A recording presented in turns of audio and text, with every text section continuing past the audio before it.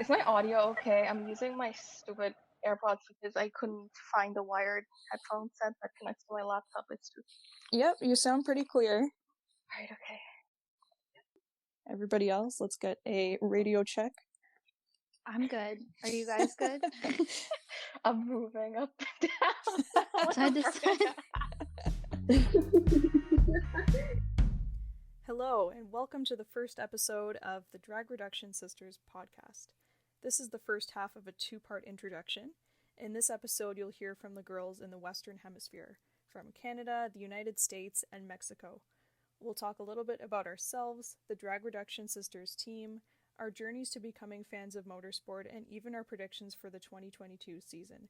Thanks so much for tuning in, and be sure to look out for the next episode where we introduce the rest of our team, which is the girls from England and Ireland. So why don't we talk a little bit about who we are, why we're called Drag Reduction Sisters, because some people don't seem to be getting it. You don't get our joke. Yeah. Man? We are called the Drag Reduction Sisters, and if you are a fan of F1, you probably know that there is an aerodynamic component on the car called the drag reduction system. So because we are all a group of girls, a group of friends, we thought it would be fun to call ourselves the Drag Reduction Sisters, pun intended, because it's fun. And yeah, it just, it lets you know that that's what we are. We're talking about F1, but we're not only talking about F1, we're also talking about different types of motorsports, and we're just having fun. Yeah. Yeah. I mean, it's also got the nice added bonus of, like, the DRS is supposed to give you, like, a leg up, right? Yes. Well, women need a leg up in motorsports, so Yeah. let's go for it. Exactly. And I mean, the cool thing about being an F1 fan in the time of social media is that there are so many accounts out there and other groups of girls who are doing a similar thing. So it's really cool to be part of that in a time like this when F1, not only is F1 blowing up in itself, but there are also a lot of other female fans getting into the sport. And having platforms like Instagram or other social media platforms gives you a space to connect with these people and build a little community and get involved in some conversations that are happening that people would otherwise think was only happening amongst men, and it's not. There are so many female F1 fans out there. And not just like you said, like not just female F1 fans. There's female fans across all sorts of motorsports, and Exactly. wanted to create a community where women didn't feel judged or didn't get told that, oh, you're only following the sport because you think the men are good looking. I mean, first of all, so what? Second of all, how are you peeking into my brain and deciding why I like or dislike a sport? I mean, it's a Exactly. sport at the end of the day, and we're humans. We don't think linearly. We have several factors that we take into account when we decide to like or dislike something.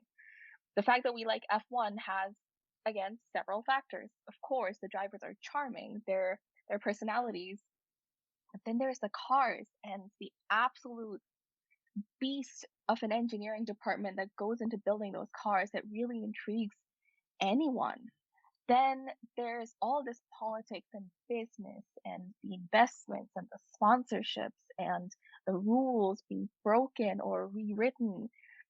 It's a accumulation of all of these things that makes a person a fan of something, and that makes us fans of Formula One or MotoGP or any motorsport. So I was just tired of getting told, oh, you like this because of the men. Oh, you like this because of XYZ. No, no, stop saying that. And the majority of the people who were saying that to me were men. And so we just wanted to build this community where there wasn't that judgment. We are not going to judge you if for whatever reason you like the sport. That's your reason. That's your opinion. That's you. You like it. That's all we care about. We want to talk to you about it. We want to engage with you about it. We want to discuss everything that you want to discuss about it. We don't care if you're a man or a woman or whoever you identify as. We just care if you're open enough to have a fun discussion without any judgment, without any predetermined like assumptions in your mind about why women like a sport, why women can or cannot like a sport. Like that's just something that we don't want to bring into this community. Yeah. I agree with that. Sorry, I I went on think a rant. I just thought we no, I need mean to it's valid outline that. points. You're making valid points. I will be the first one to tell you, yeah, the drivers are attractive. So what? Have you ever seen like the smoothest overtake ever? That's sexy too. Yeah. Yeah. Yes. Like there's multifaceted nuances to liking a sport. I mean, I think if you ask a man about his favorite players and his favorite sport, like he's gonna tell you his honest opinion about players, and like the drivers are essentially the players in the sport, and like they are part of the sport, and you can't leave that part out because without them you just have cars that aren't going anywhere, and that's not fun for anybody. Yeah. Absolutely. 100% agree. That, they are players and they are a part of the sport. They are not the sport, and we're fans of the sport. That's it. All right, who wants to go first? Well, Rachel already started telling her story, and I thought it was really good, so I want Rachel to go first. Okay, I can go first. I guess I'll start by saying I'm Rachel. I live in Austin. I guess I'm our resident like Texan. I have not been watching Formula One for very long. About a year ago, I got a TikTok of Drive to Survive on my For You page, and I watched it and I was like, oh, these men are pretty and I like the fast cars. Let me watch this documentary, because I also really love documentaries. So I watched the documentary over Christmas and I was obsessed. My family thought I was a little bit crazy. They're like, are you sure this is what you want to be obsessing over? And I was like, well, too late. So then I finished the whole show, and I didn't start watching races until like Monaco last year. And I didn't see every single one of them because I didn't realize that I had to watch it on ESPN, and I don't have cable. So I had to like steal the login information to my mom's her cable account to like watch it. And then they were really early, so I was like, I'm not gonna make every single one of them. And then eventually I like got into it, and I was like, okay, this is what I'm doing. I'm getting up at 6 a.m. to watch these men race cars. I guess this is my life now. And here we are now. Hey everyone, my name is Olivia. I live in Toronto. I'm a very, very new Formula One fan. I didn't even know it was a thing until I started watching the Netflix series, and I didn't even know the Netflix series was a thing until I overheard some family members talking about it at some family gathering. And I think it was the same night I went home, logged onto my Netflix, looking for something to watch because I finished almost every other series I was watching. And I see this show called Formula One Drive to Survive. I'm like, that sounds so familiar. And I realized it was the same show that I heard my family talking about. So I started it. And next thing you know, I'm in so deep. I'm binging the show every single night. I'm like, that's it. Like, this is the thing I'm going to get into now. So yeah, and then I'm like, okay, this is a real thing. There are real races on TV. So I think I was still watching the DTS series, and the next race that was coming up was Spa, and I believe that was in August of 2021. So I woke up early because that's what we have to do here in Canada, and I tuned in. I don't know if you remember if anyone actually watched Spa, but it was raining so bad that they didn't actually get to race. So me watching a race for the first time, I was so confused. I'm like, is that it? Like, are they just not gonna do anything? I quickly learned that was not the case, but I was disappointed that the first race I watched, nothing actually happened. So that was that. But yeah, I've quickly become a McLaren fan.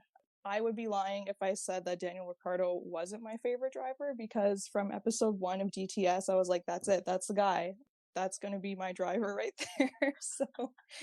And I'm very happy to be here, very excited to learn more about the sport. It has such an extensive history, and things are constantly changing, especially this year with the new regulations, new cars, new tracks. It's going to be awesome, and I really can't wait to talk about it. I just want to say, Liv, that you are not alone in that. Immediately when I started, I saw Danny and I was like, That's it. I don't care who else is on the Right? show. It's him. He's it. All I want to talk about is him. And you know what? You might think that it was Netflix just like playing it off and him possibly being an actor, but that's how he actually is. So I No. really appreciate that. Netflix knew what they were doing. They Yeah. must have seen him and they were like, yep, this is it. This is what's going to hook the people. They didn't have to say anything. They just started recording. They said go, and he was just being himself. I'm like, this is it. This is the guy. They're like, this is our moneymaker. Go on, do your thing. Exactly. And here we are. Mr. Worldwide. All right. So my name is Arshi. I got into Formula One June 2021. I remember the date because that's when I was writing my calc midterms and finals. And I was looking for something on Netflix to distract myself from the nightmare that is calculus. My guy friend, he was texting me. He's like, you gotta watch this show. It's on Netflix. It's called Drive to Survive. I'm like, why would I want to drive to survive? Like, what am I doing? He's like, no. It's about the sport, Formula One, and like, it's very like technologically advanced, and there's a lot of politics, and it's a very fun show. Just watch it. So I pushed that thought aside for a couple of weeks. Like 2 weeks, I was like, I'm not gonna do it. And I'm not person like, if someone forces me to do something, I'll be like, no, I won't do it. But after the 2-week mark, there was nothing else on Netflix, and I was getting stressed with my midterm, and I was like, you know what, fine, I'll do it. So I watched episode 1. Obviously, opens with Danny, and I was like, okay, this looks like a fun show. And I kid you not, I watched all 3 seasons in 5 days. Oh my God. I didn't study. I did not study for my tests or my exams. Like, it was so bad. I was binging the show till like 4 a.m. every night for those 5 days. I just couldn't stop watching. I couldn't. It was a dramatic masterpiece. There were no censoring. Everyone was cursing left, right, and center. It was so much fun. And then, obviously, my favorite driver is Danny Rick, but it didn't happen because of the show. It happened after I finished binging, and when I was scrolling through Instagram, I would get all of these like recommended videos of like Danny and McLaren and Renault, and I was like, you know what, fine, I'll watch it. And then on YouTube, my algorithm got messed up as well, and I just kept getting these Red Bull on the couch videos, and I just watched all of them, like the 2016, the 2017, the 2018, the Monaco one. I watched them all, and I was like deep into a YouTube rabbit hole of funny interviews of Daniel Ricciardo. So yeah, he is my absolute favorite driver. He drives clean. He's a funny person. And by default, whichever team he goes to is my favorite. So right now it's McLaren. The first race I watched live would be France. It was supposed to be boring, but it ended up not being so boring. I hated having to wake up that early because like Toronto time is just in 8 a.m.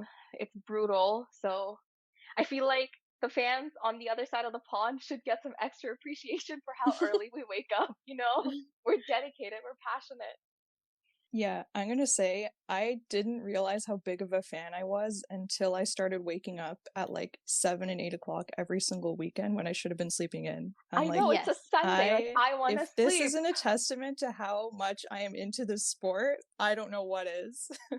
They get my Saturdays and my Sundays. Like, yeah, that's my whole weekend is gone. Yeah, like I'm supposed to sleep. Like I want to sleep. Come on, let me sleep. But no, you wake up at 7 to watch cars go round in circles and men complaining. And you know what? I'll take it.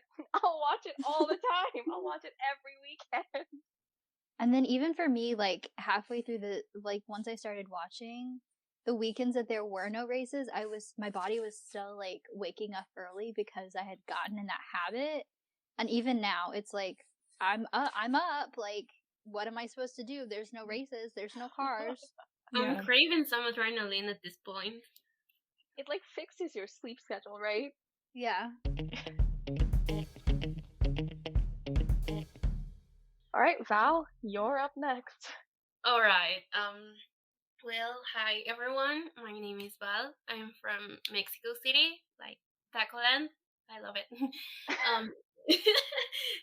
Well, I got into F1. Well, it has been a part of my life like forever because here is like people loved here a lot of Michael Schumacher.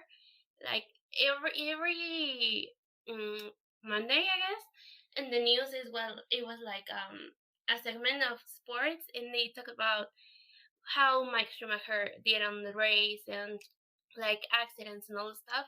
And when Checo started racing, like big time racing, everyone, like, oh my god, there's a Mexican in F1, and we want to follow everything that he does. And so like even when you were watching news in the sports segment, you heard about F1. So my first approach with F1 might have been the first race that Checo won. Um, it was all over social media, the news, the TV, everywhere. So I was like, okay, this is interesting, but I didn't put like any more effort on it. And so one day in 2021, my brother and I were like, okay, it's the morning, we have nothing to do. There is nothing on the TV because even if we have cable, there's like no interest in movies, no interest in TV programs, and we were like scrolling through the channels and we thought, oh, there's a race, let's watch it. And it was, I think it was a Spain GP, and I was like, okay, it's like the literally end of the race, but it's super amazing. Then and we scheduled it to like waking up early to the next race, and it was Monaco, and that was the first race that I ever watched. And like an interesting fact is that I have never watched the TS Drive to Survive, and I kind of want to watch it, but I'm awful with Netflix shows. I can't keep up with anything, so I've never really finished one series. So yeah, that's kind of it. And I like my first let's say quote unquote if event has been the Red Bull showrun with Checo. That was perfect. Like the first time I heard the RB, I think it was 16. Wow, that sound like left me speechless. There was a shit ton of people, and I could barely see a thing. But just being there, gathering with a lot of Red Bull fans, saying that I am a McLaren fan actually.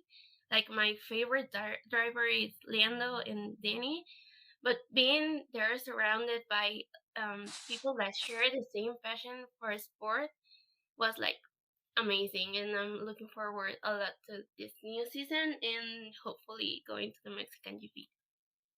I think what's interesting is how much coverage F1 gets in different countries. Like Val, you were saying it was on the news all the time. Like Michael Schumacher was always in the news. People were hearing about it. And now with Checo being a Mexican driver, like there's just so much coverage. But maybe I'm just oblivious. Maybe I don't know that it's out there. But at least in Toronto, it's like we No, have there's two Canadian nothing. drivers. We have Latifi and we have Stroll.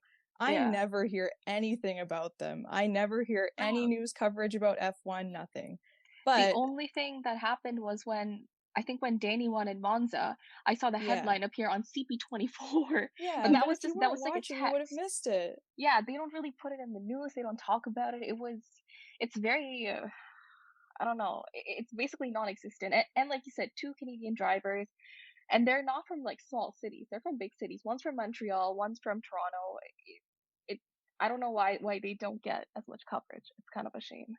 Yeah. I mean, maybe in Montreal it's different because like that's where the race happens and that's where Only in everything's that going on. season though. Only during That race too, season. yeah. Like beyond race season, like let's say actually beyond that week, there is not a single thing that relates that city to the race. It's like it never happens. Only there for that pocket in time of that 1 week of race week. It's crazy. What about in the States, Rachel? It's well, okay. Originally, I grew up in Florida, so like I'm not originally from Texas, and Florida is NASCAR country. Like Oh that's the yeah. only thing that I knew had to do with like motor racing. Like, I didn't know that there were other kinds. It was just NASCAR. And like, if you're not into that kind of racing, which I'm not really, you don't know that there's other things. Now that I'm in Austin, it is a little, you see some promo like around the US Grand Prix, but like past that, there's really not. Like, it's not, I don't think it's hit over here in the States in the way that it is around the, like, across the pond. I think eventually we'll get to that point, but they just, with the races being so early here, I think that's the thing that's stopping it from really reaching into the States. The other thing, I don't know if you guys looked at the stats, but the US Grand Prix this year, the attendance was, I think it was straight up double, or maybe more than that, of what it was in Yeah, previous that's right. years. Yeah. They're calling it like the Netflix effect. So, and that happened during the pandemic. So that was 2021. People were still, some were vaccinated, some were not, and there were a lot of these restrictions in place. Like, you could attend it if you have, certain, I guess, criteria filled out. But imagine this huge of a turnout in this situation. I fully believe the Miami Grand Prix is going to be absolutely, like, it's going to be nuts. It's going to be Oh, for absolutely sure. crazy. Oh, it's gonna be So many people, and I think that's going to be the sort of turning point of F1 in the North American Absolutely. continent. Jesus Christ, I can't think speak. you're- I'm like Lando right now. Oof. I think you're right, because like when you look at where Miami is, it's not like geographically, it's not that far from Daytona. So like you're gonna get all of those NASCAR fans who want to see a different kind of motorsport, and Miami's not that far. So like, why wouldn't they watch it? You know? And it's like the biggest advertising platform that F1 could ever get for the States. Like, it's Miami.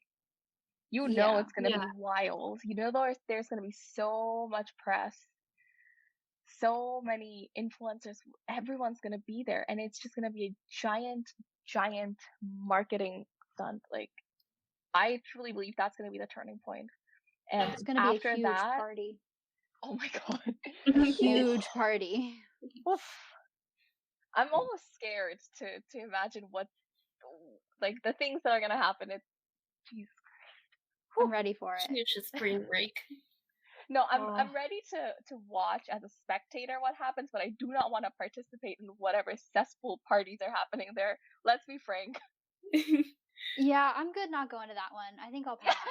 I'll just observe from a distance.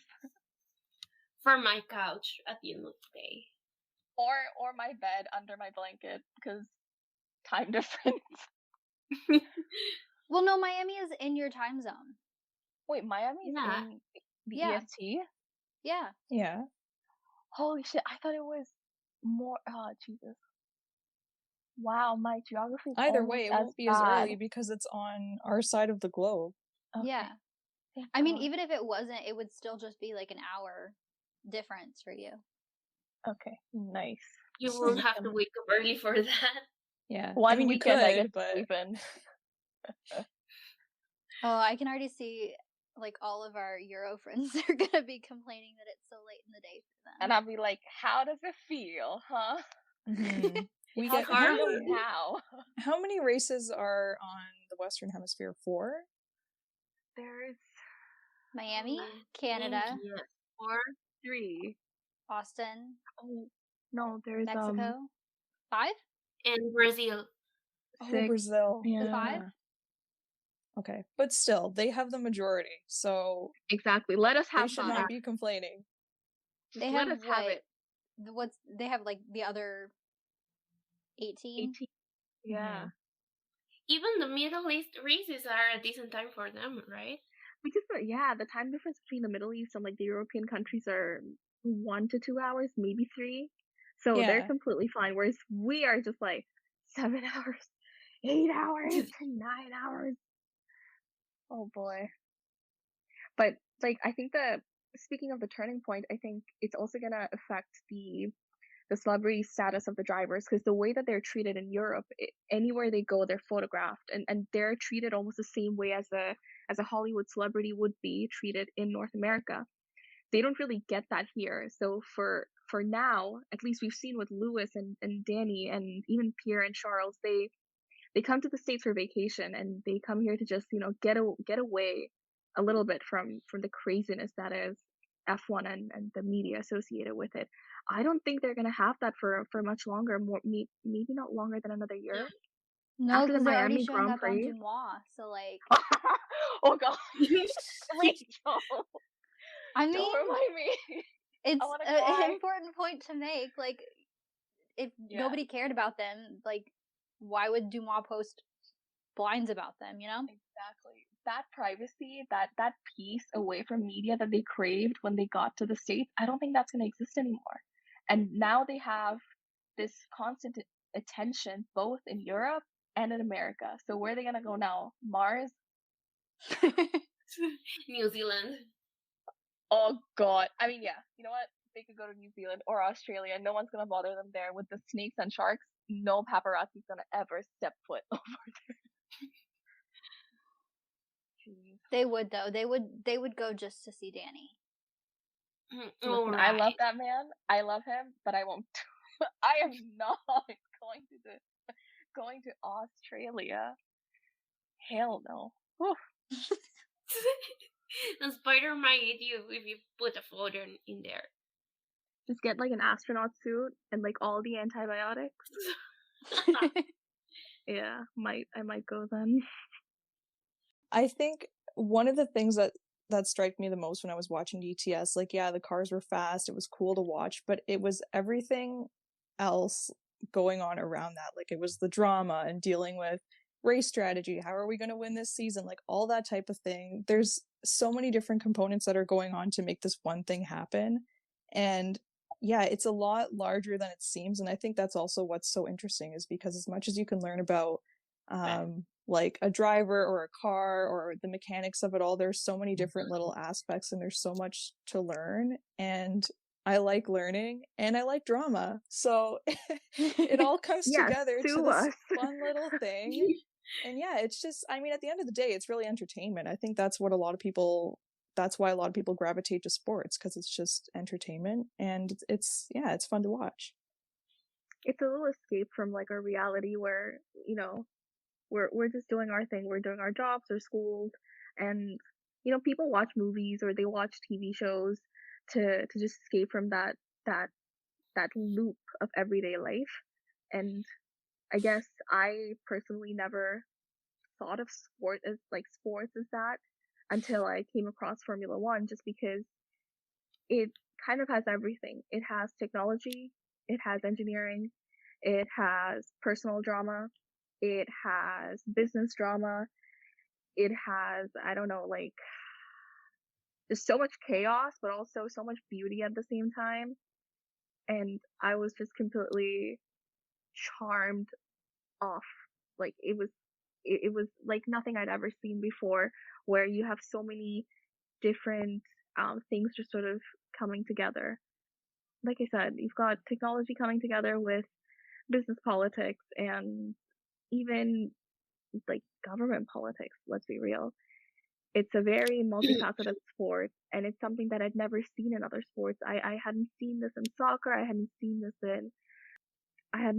in like football. So it was very new to me, and I guess that's just sort of what drew me into it.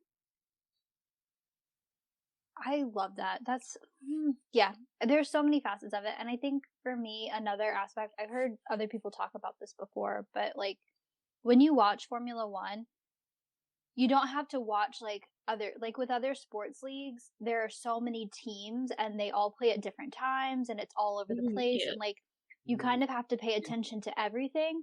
With Formula One, what you see every Friday, Saturday, and Sunday, that's what you get. Like, you don't have to go and watch other games or pay attention to stats of teams that you don't root for. Like, everything is contained into one race. And, like, when we get up on Sunday morning, we are all watching the same race. Like, it's the same, like, pool, I guess, almost. Like, there aren't other things happening.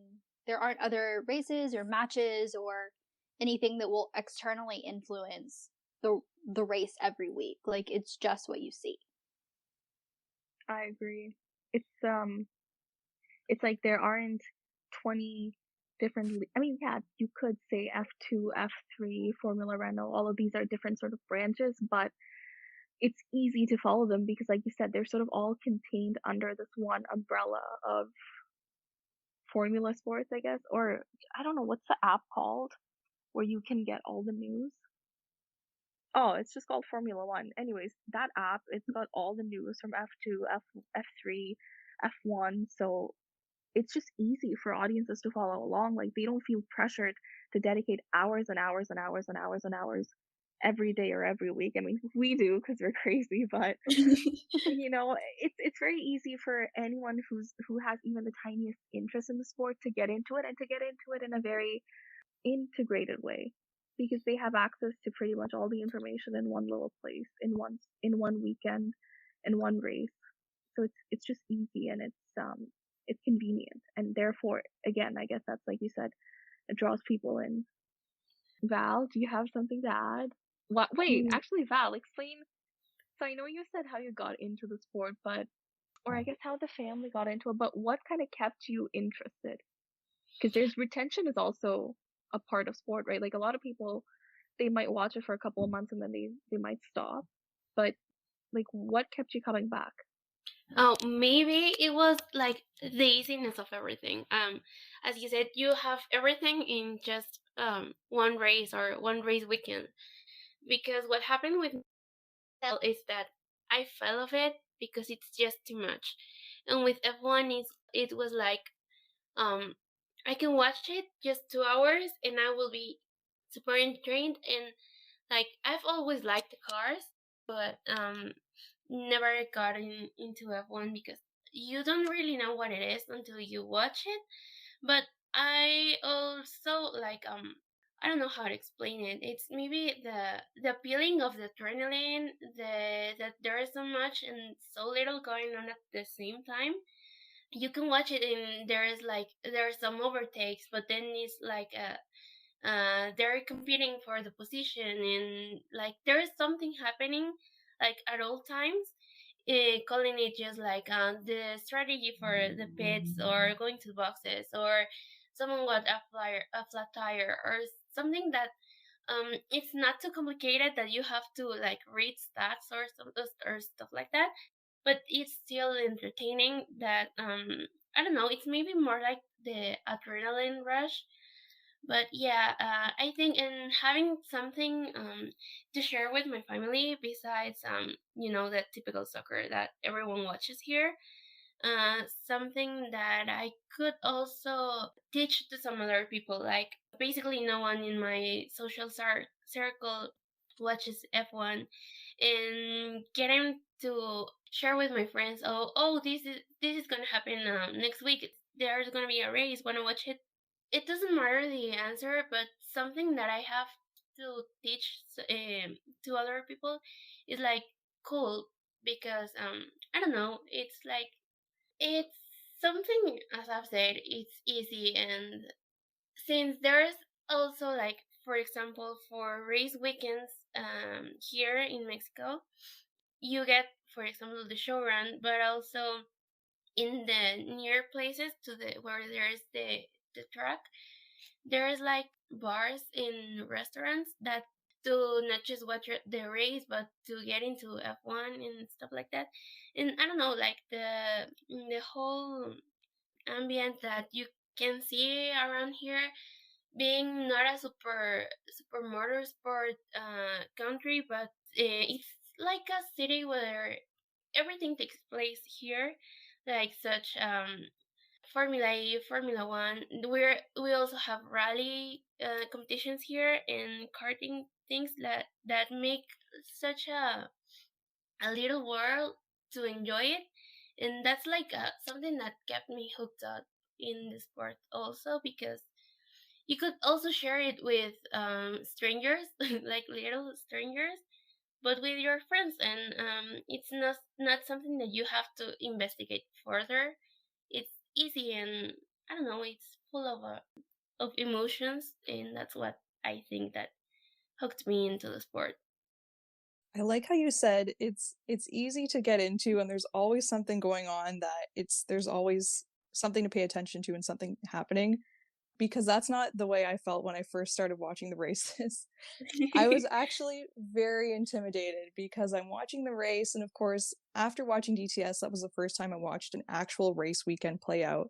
And I knew a little bit about what was going on, but I was seeing things and I'm like, I have no idea what any of this means.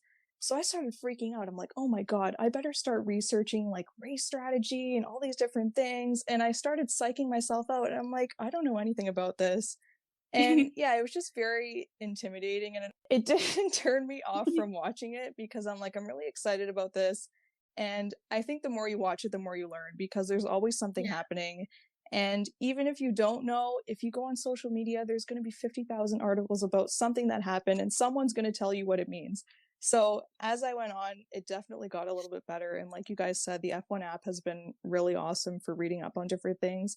But still, I mean, there are things that I still don't understand that I would like to learn about and do my own research. But I've started watching in August 2021. It's now February of 2022. And like, that's not really a long time. And I feel like I've already learned so much just by watching the races and even talking to people who have been watching the sport for a lot longer than I have. Like, just in our own little group of us here, there's, I don't know, 20-ish people on our team.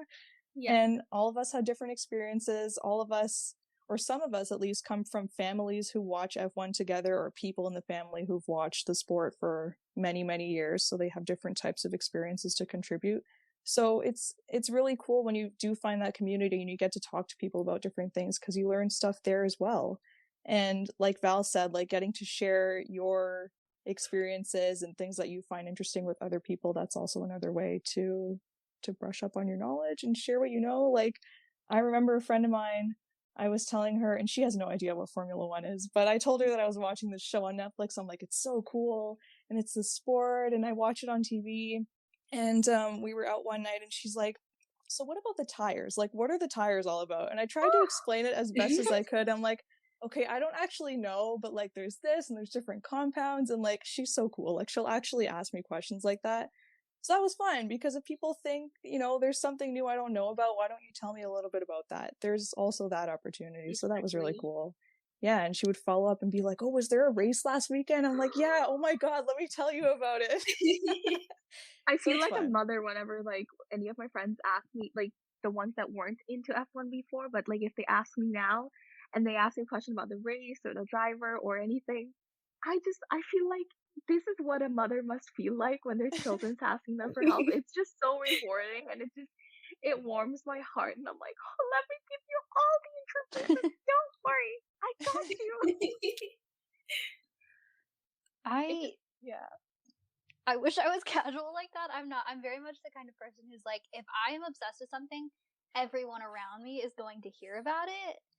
Same. I do not gatekeep my interests. I will share them. It's whatever the opposite of that is. I literally made a PowerPoint as like an intro to Formula One, and I made all of my friends watch it. Oh, I've given that PowerPoint presentation 3 times now. It never gets old. It keeps every time. It's better. That's amazing. Have we seen this PowerPoint, by the way? I don't think so. It's not very good, but it's due a showing. We must see it. Come on. We must see it. We demand it. Okay, I'll pick out like screenshots of my favorite slides and I'll put them in the chat. No. We want the whole thing. The full thing. Absolutely. We'll do a special episode for your PowerPoint. And you can describe. Yeah. Maybe we can do a special video episode. Oh my God, yes. I mean, I guess. Rachel's intro to F1. Why? 101 reasons you must like F1. Go. Is it a good PowerPoint? No. Is it a PowerPoint? Yes. As long as it is one, that's all that matters. It's not good. It's literally just my thoughts of every single driver and team just spewing out. It's probably better than Lando's rookie presentation that he did with George and Alex. I bet you it's better than that. I just Definitely know it not. I do not have transitions or video in it. That's what makes it better, trust me. I am not on George Russell's level of PowerPoint expertise. That kid, he should get like a Microsoft sponsorship. He should. Does he have one? Hold on, I'm gonna Google this. Williams F1 Racing. What are they called? Sponsors, right? Yeah. If not, somebody contact Mercedes immediately and let's hook this deal up for him because he needs it. Yeah. The amount of advertising this man's done for PowerPoint in the last couple of months is insane. And he hasn't even made any new ones. It's literally just everybody talking about the one PowerPoint that just that one. Yeah. One hit wonder. God damn I haven't even seen it. You haven't? You gotta watch it. No, I didn't even know it was a thing. I'm like, how does everyone know that he's good at PowerPoint? It's on YouTube. It's like the Rookie of the Year. Okay, I'll have to take a look. I'll find it. He's got charts I thought it was weird that everything. everybody else knew that he was good at PowerPoint and I didn't know why. So I'm like, there has to be something that he did. Yeah, he did a PowerPoint. Yeah, I don't think he even won. He didn't even win Rookie of the Year, did he? No, because his PowerPoint sucked. No, Lando won, right? I thought it was Alex. Oh, never mind. As long as it's one of the threes, that's all that matters. I mean, they were the only three rookies, so like it has to be one of them. Look, the bar is very low for me with these men, okay? Liv, how did you not watch this? I'm telling you guys, there's a lot I don't know, especially these little nuanced like YouTube videos that came out 7 years ago or whatever it is. I haven't gone through the archives. I only really know what's happening right now. You know those fan made funny video compilations of like Danny Rick and Max and Lando? I've watched all of those so many times. And I've watched the same ones a couple of times, and I was like, you know what, this is like my comfort show right now. And I'm trying to eat food, and I just want something playing in the background. That's what I turn on. I should, because I'm clearly missing out on some very important details. I can't wait for you to see the time now, Liv. That too. I'm like, okay, I know this picture exists. So I know he actually said that, but when did this happen? It's from the same video? Yeah, it's from the Rookie of the Year. Wait, Olivia, you didn't know. Oh, you have never heard George Russell say facts? I've seen the clip floating around, but I didn't know what it was. But the fact that it's from the same video, honestly, if I had to watch one thing, it should have been this video. As soon as this call ends, you are watching this, and you... Oh yeah, my God. That's the first thing on my agenda. I should do a debrief of my reaction to the video. Please do. Live tweet it. Live tweet it. Oh my God. I'm so embarrassed. No, don't be. But like why? Who said that he was good at PowerPoint? How does everybody know this? He's got bars and charts. That's what I was like, whoa. This kid's got bars and charts in PowerPoint? What? It's good. There are so many things. Sometimes people talk about things and I'm like, did that actually happen? Because I just don't know. Okay, you know what? Since we're on the topic, Olivia, Rachel, Val, you guys go ahead and tell us some things that you like this fact thing that Olivia didn't know, that the video that she didn't watch. What else is in this F1 community that you guys don't really know much about? I can send you all the links. Oh my God, you know what was one thing that I thought was really weird, but it was actually really simple? What? I was watching one of the McLaren unboxed videos on YouTube, and I noticed in a few episodes there was this guy who's in the garage, and they never show what's going inside of it, but he's holding this huge backpack, and they're shoving things in the backpack. I'm like, what is in there? And I had no idea. And then he would put it on his back and like walk out the door, but they didn't show what was inside or where he was going. So I'm like, I need to know what's in there. So are they tires? I found out later that they were tire warmers. So they're packing them up in the garage, and before the race starts, he's bringing them in this huge backpack to the track, like where they all line up on the grid. And I was like, why couldn't they just show that? I was freaking out. I saw it in at least 3 episodes. I'm like, what is in that bag and where is he going? I had no idea. But it's so simple, and it makes sense, so I'm happy I know that now. The more you know. I know. I can't think of anything off the top of my head that I don't. I'm sure there is stuff when Or was I'm there like a watching shocking it. piece of information that you discovered while watching F1? Like something that just you were like, whoa, I did not know this, or damn, that's crazy. Maybe the dry ice that they like pump into the cars. I was so confused at first. I was like, why are they doing this? I'm like, they're warming up the tires, but why are they like funneling like dry ice fumes into the car? Like, this doesn't track. Like, it doesn't make sense that they would do both of these things at the same time. It's like, don't you want it to all be one temperature? But I guess not. Because they have those, like, leaf blowers. And I'm like, where do you get those leaf blowers? Yeah. Obviously, they gotta were be leaf special blowers. made. I honestly thought they were leaf blowers until They just, like, go to Home Depot and, like, pick up a leaf blower and start pumping it into the car. Very I'm gonna go high-tech. into Home Depot and be like, can I get a dry ice leaf blower, please? Yeah. They're gonna look at you like, what is she talking about? Do you have a dry ice blower? Don't. Oh god, every time someone says blower, I just think of Lando's Zanboard interview. Blowy. Is this another thing I haven't seen? Okay, no. Oh, okay. I know about that. Okay. See, F1's now just incepted my mind. Everything I hear or see has a connection to F1. It's a problem. Like me walking on the sidewalk. Our sidewalks a couple weeks ago were covered in ice, and in my head I'm like, there is no grip on this sidewalk.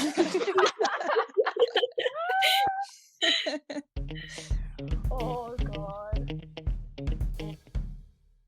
Alright, 2022 season is coming up very quickly. What are some of our predictions for this new season? I am excited for the Miami Grand Prix. I think it's going to be chaos. Love that. Obviously I'm excited for the US Grand Prix. I love it when they come to Texas. I feel so powerful when they're in the States. I'm like, all 20 of them are here. They're in my land. And You're like Thanos with all his infinity rings. Yeah, I'm like, I've collected them all. I am determined to see another one of them like outside of the race, like I did last year. Yeah, last year I accidentally found Yuki. What? From like afar, I was like going to work and he was like outside his hotel with the little AlphaTauri team, and it was so cute. And then I had a meltdown for the rest of my lunch. I was like, oh my god. I was like, I can't work anymore. Yuki Tsunoda? Yeah, I was like, because I saw the AT shirts and I was like, that's AlphaTauri. And then there was like what looked like a child next to them, and I was like, no, that's not a child, that's Yuki. Also excited for both Lewis and George and their reputation eras. It's gonna be so good. I know it's gonna be good.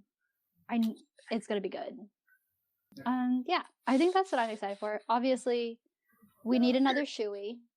Another? No, we need several others. Yeah, Rachel, come on, manifest hard. Let's manifest How many hard. races are there? 23. We need 23 shoeys. Yes, please. I beg. I so badly want him to get Valtteri to do a shoey with him. Oh! I want him Can to you imagine the scenes? Oh! I want him to collect Valtteri and Seb, because those are both the drivers that have dodged the shoeys. I feel like they need to suffer with everybody else. Absolutely. 100%. Yeah. So I feel like Tiffany would be really proud of Valtteri for doing a shoey. Like, weirdly, I feel like she'd be so proud of him. She's like, yeah, that's my man. Definitely would be. I think when I was thinking about this initially, I was thinking about, which drivers I want to see on the podium or which teams I want to do well. But I think another thing that I'm looking forward to is just the potential of having the Montreal race come back, because we didn't have that last year, and I'm not even going, but I think it would just be excited to have that go on again and to have them here, since they haven't been here last year. Were they here the year before? They were here in 2019. They were here 2019. Yeah. Okay. Yeah. So yeah, I'm looking forward to that. I'm also really excited about AlphaTauri this season. I think they were showing a lot of potential last season, and there were some races where I was just like, I don't know, as soon as I saw Pierre like up there in P4, I was like, that's it. I'm rooting for Pierre for the rest of the season. So yeah, I think they've got big things coming this season. Obviously, I still hope McLaren does well. I think the season could be promising for everyone with all the changes that are coming along. But yeah, Canada and AlphaTauri, those are my top two. I'm gonna steal half of your answer because I am hella excited about this Montreal Grand Prix, even though I'm not going because tickets are, holy moly, tickets are very expensive. I'm gonna be in the city, so I can't wait to soak in the whole F1 festival craziness and live it for a bit. Because I've never been to a race, and I've also never really experienced the whole fandom of it, like in person. So I'm really looking forward to that. The other thing I'm looking forward to is weirdly Aston Martin. Like Otmar left, but they've got a new partner in Aramco, and it just looks. I feel like they're gonna be underdogs this season. I feel like they've got something good, and they're just either downplaying it or I don't know. I feel like they're gonna surprise us, especially Seb. I think they are in their redemption era. I think they're gonna do something really magical. And McLaren is obviously like that's a given for me. Like anytime my mouth opens, a silent prayer from McLaren's always in my heart, always, always, always. So Montreal, Aston Martin, yeah, those are my two hopeful predictions for this season. Nice. Val, what are you looking forward to? Okay, I'm looking forward for this is gonna be like weird, but Checo's preparing his mindset for winning. I mean, it's his second year on Red Bull, and of course they're not gonna let him overshine Max, but he's also like having that mentality that he can win, and I don't know, maybe he can do big things, and let's see how it goes. And I'm always, of course, rooting for McLaren and Lando and Daniel, but Ferrari, it's gonna be like a rocket this season. They ended up in a good place in the constructors championship, and Carlos did amazing, and like he definitely overshone Charles. But I think they're both going to be competing against Merck and Red Bull. So yeah, maybe that's gonna be like the most interesting battle that's gonna happen.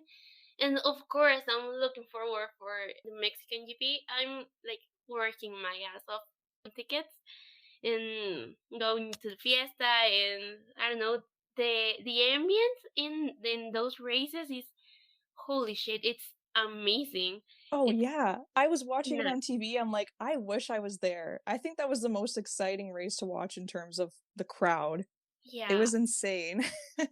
Yeah, everyone screaming for Checo and little Chiquito Yeah. on stage and everything. Oh, I'm so looking forward to it, and I'm hoping really I can go. So yeah, that's like my main, the Mexican GP. That would be so we're awesome. manifesting Grand Prix tickets for you, Val. We want you to Yes. go as well. And Oh, if anyone wants to come, you're more than Oh my welcome god, because I they're wish. cheap I as know, I fuck. wish. Oh god. Honestly, I couldn't believe like it was insane to watch that one go down. Either the Mexican or the Dutch Grand Prix. Yo, the Dutch fans and the Mexican Oh my fans. god. Oh, You'll They be seeing are, orange for 3 days. Lord have mercy. These two fans, like these two fandoms, whew, you guys go hard. The Dutch and the Yeah. Mexican. I Yeah. love that the two races that go hard like that are both the home races for the Red Bull drivers. That's true. Yeah. That's Oh, true. L plan. Helpfully. well, let's see what happens in Melbourne this year. I'm really looking. Oh my god, I forgot to mention that. We want Oh, Danny yeah. Rink back in the homeland. Yeah, After I'm Oh, really yeah, excited that's about right. that. Oh my god. I want him to do so well there. Like I that want him to race get the specifically. podium. Oh, imagine him winning a race. Imagine that. Stop. Oh. Rage. Oh, stop. I'm gonna cry. Australian Shui. He's that never would been. I don't think he's ever been on the podium in an Australian race for F1. Really? Oh, you No, might be he right. hasn't. The Okay, highest that's he what we're went was manifesting. P4. I think that was 2018 Red Bull. And he really he could have gotten podium, but I think there was something wrong with his car or something. So Oh my god, imagine the triumphant return of the race and then his shoey. Oh, Oh, Imagine that. oh, that'd be so good. that would be like my happy juice for 365 days. I Like would the whole year. never forget about that. I'm still living in Monza, so like Oh Yeah. let's keep that Yeah. momentum going. Manifesting. Yes. Thanks for listening. We had a great time. We hope you did too. We'll see y'all next time.